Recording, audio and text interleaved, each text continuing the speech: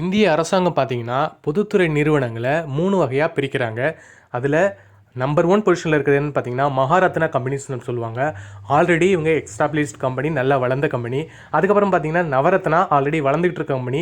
அடுத்தது மினி ரத்னா வளர்ந்துகிட்டு இருக்கிற கம்பெனி அப்படின்னு பிரிக்கிறாங்க. இதில மினி ரத்னால இருக்கிற கம்பெனிஸ் தான் அடுத்த 2 கேட்டகரிஸ் போகுது அப்படிங்கிறதுனால, மினி ரத்னால நீங்க ஃபோக்கஸ் பண்ணுங்க.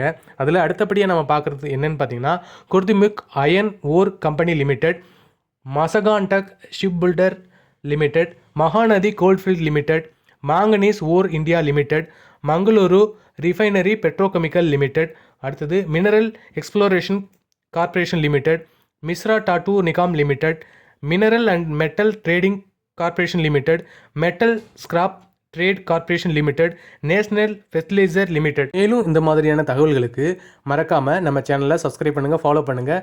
நிறைய தகவல்களை நீங்கள் தெரிஞ்சுக்கலாம்.